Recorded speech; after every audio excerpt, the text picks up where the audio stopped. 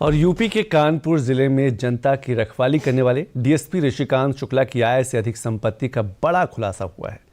चंद हजार की सैलरी पाने वाले कानपुर के डीएसपी ऋषिकांत शुक्ला के पास कहां से आई करोड़ों की संपत्ति और क्या है इसके पीछे पूरा मामला, इस पर एक रिपोर्ट है। तस्वीरों में पुलिस की वर्दी में दिख रहा ये शख्स जनता का रखवाला यूपी के कानपुर का डीएसपी ऋषिकांत शुक्ला है। मंगलवार को ऋषिकांत शुक्ला का एक ऐसा काला सच सामने आया जिसने सभी को चौंका कर रख दिया है।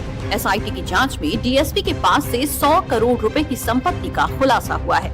इसके बाद कानपुर के चर्चित वकील अखिलेश दुबे के करीबी डीएसपी ऋषिकांत शुक्ला को आय से अधिक संपत्ति के मामले में निलंबित कर दिया गया है। कानपुर के डीएसपी ऋषिकांत शुक्ला आय से अधिक संपत्ति के मामले में निलंबित हुए। एसआईटी जांच में उनके पास करीब 100 करोड़ की संपत्ति होने का खुलासा हुआ है। जांच रिपोर्ट में डीएसपी की 12 संपत्तियों की कीमत करीब 92 करोड़ रुपए आंकी गई है, जबकि 3 संपत्तियों के दस्तावेज उपलब्ध नहीं हो सके हैं। ये सारी अवैध संपत्तियां ऋषिकांत शुक्ला ने अखिलेश दुबे के साथ मिलकर कमाई।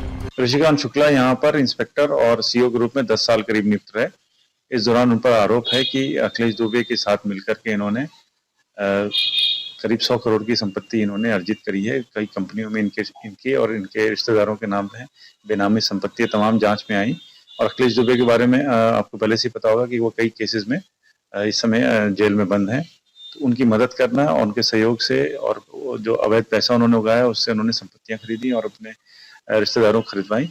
उसी की जांच एसआईटी के द्वारा करके कमिश्नर साहब के माध्यम से डीजीपी साहब के पास गई थी, उसी पर यह कार्रवाई हुई है। बताया ये भी जा रहा है कि ऋषिकांत की करीबी सिर्फ अखिलेश दुबे तक सीमित नहीं थी, वो कई अन्य प्रभावशाली लोगों के भी नजदीकी माने जाते थे। कानपुर के डीएसपी ऋषिकांत शुक्ला पर की गई ये कार्रवाई इस बात का सबूत है कि यूपी में जीरो टॉलरेंस नीति के तहत कानून सबके लिए बराबर है, चाहे वो आम जनता हो या फिर प्रशासन से जुड़ा हुआ कोई शख्स हो।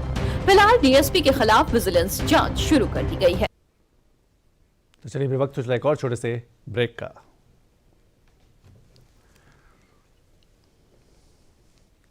अरे कहाँ जा रहे हैं आप सभी? साहब खेत की तरफ, वहाँ कंबाइन से कटाई चल रही है। देखो किसान भाइयों, कटाई के बाद बचे धान के फसल अवशेष में आग न लगाना। काहे साहब? फसल अवशेषों को जलाने से वातावरण प्रदूषित होता है, स्वास्थ्य संबंधी बीमारियां बढ़ती हैं, खेत के मित्र कीट और जीवांश मर जाते हैं। इससे खेत की उर्वरा शक्ति प्रभावित होती है। तो साहब क्या करें? पराली प्रबंधन करें, इन्हें खेत में डीकम्पोजर डालकर सड़ाएं, कार्बनिक खाद बनाएं। जी साहब।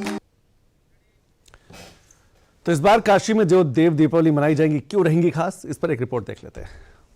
वाराणसी में इस बार देव दीपावली पर काशी के घाट शाम होने के साथ दीपों की असंख्य लड़ियों से जगमग होंगे। तस्वीरें काशी से हैं, जहां देव दीपावली की सभी तैयारियां अंतिम चरण में हैं। इस अद्भुत छठा में आस्था और धर्म के साथ देशभक्ति की बयार भी देखने को मिलेगी। कार्तिक पूर्णिमा को वाराणसी के गंगा घाटों पर देव दीपावली मनाने की सदियों पुरानी परंपरा रही है। इस बार देव दीपावली 5 नवंबर को मनाई जाएगी, जबकि 1 से 4 नवंबर तक पूरे उल्लास के साथ गंगा महोत्सव का आयोजन किया जा रहा है। इस बार क्या होगा खास, वो भी जान लेते हैं। काशी के सभी घाटों पर इस बार 15 लाख दिए जलाए जाएंगे। दशाश्वमेध घाट पर महाआरती होगी और ये महाआरती देश के जवानों को समर्पित होगी। 21 बटुकों द्वारा मां गंगा की महाआरती होगी, जिसमें 42 कन्याएं रिद्धि सिद्धि के तौर पर मौजूद रहेंगी। वहीं इस महाआरती से पहले गंगा पूजन भी किया जाएगा। इस बार 21 क्विंटल फूल से दशाश्वमेध घाट सजेगा। देश विदेश में बैठे श्रद्धालुओं के लिए ऑनलाइन आरती की भी व्यवस्था की गई है।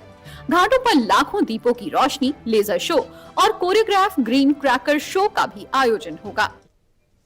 तो इन खबरों के साथ आज भी बस इतना ही। नमस्कार। जो काशी में आने वाले